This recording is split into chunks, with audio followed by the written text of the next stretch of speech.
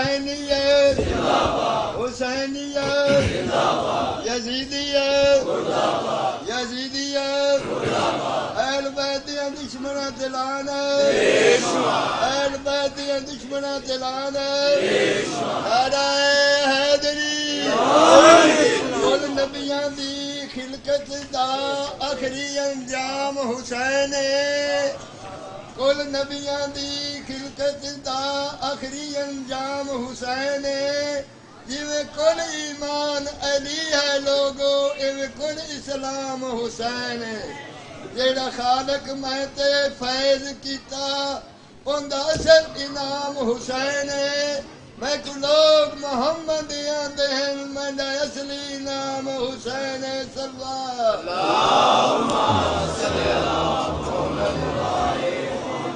فاتحة بسم الله الرحمن الرحيم الحمد لله رب العالمين الرحمن الرحيم مالك يوم الدين إياك نعبد وإياك نستعين اهدنا الصراط المستقيم صراط الذين أنعمت عليهم غير المغضوب عليهم ولا الضالين صل على محمد وعلى محمد وعجل فرجهم أعوذ بالله من الشيطان الرجيم بسم الله الرحمن الرحيم الحمد لله الذي لا يبلغ مدحته القائلون ولا يحصي نعماءه العادون ولا يؤدي حقه المجتهدون الذي ليس لصفته حد محدود ولا نعت موجود ولا وقت معدود ولا أجل ممدود فترى الخلائق بقدرته ونشر الرياح برحمته والصلاة والسلام على الرسول المسدد المصطفى العمجد المحمود الأحمد سيدنا ومولانا ومولى الكونين جد الحسن والحسين عاني بالقاسم محمد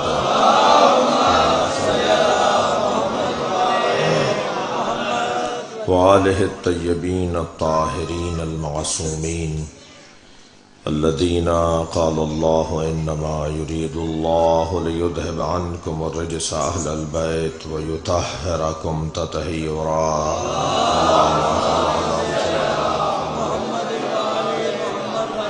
ولعنة الله على أعدائهم أجمعين من يوم عداوتهم إلى قيام يوم الدين أما بعد قال الحكيم في قرآن الكريم بسم الله الرحمن الرحيم النبي أولى بالمؤمنين من أنفسهم وأزواجه أمهاتهم صلوات اللهم صل على محمد وآل محمد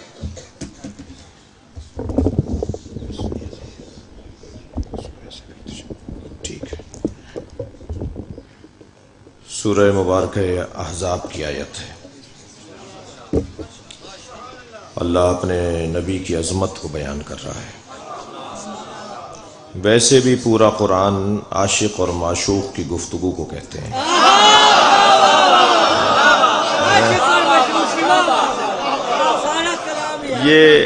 یہ لفظ عشق کچھ ناکام عاشقوں نے اتنا استعمال کیا کہ بدنام کر دیا جیسے لفظ سیاست کچھ غیر سیاسی لوگوں نے اتنا استعمال کیا کہ اسے بدنام کر دیا ورنہ سیاست ایک بہت بڑی عبادت ہے اگر نیتیں صاف ہوں اسی طرح لفظ عشق جتنا اس میں مٹھاس ہے اتنا اس کو غیر عاشقوں نے استعمال کیا ہے مفہوم عشق کوئی پوچھے ابراہیم یا حسین سے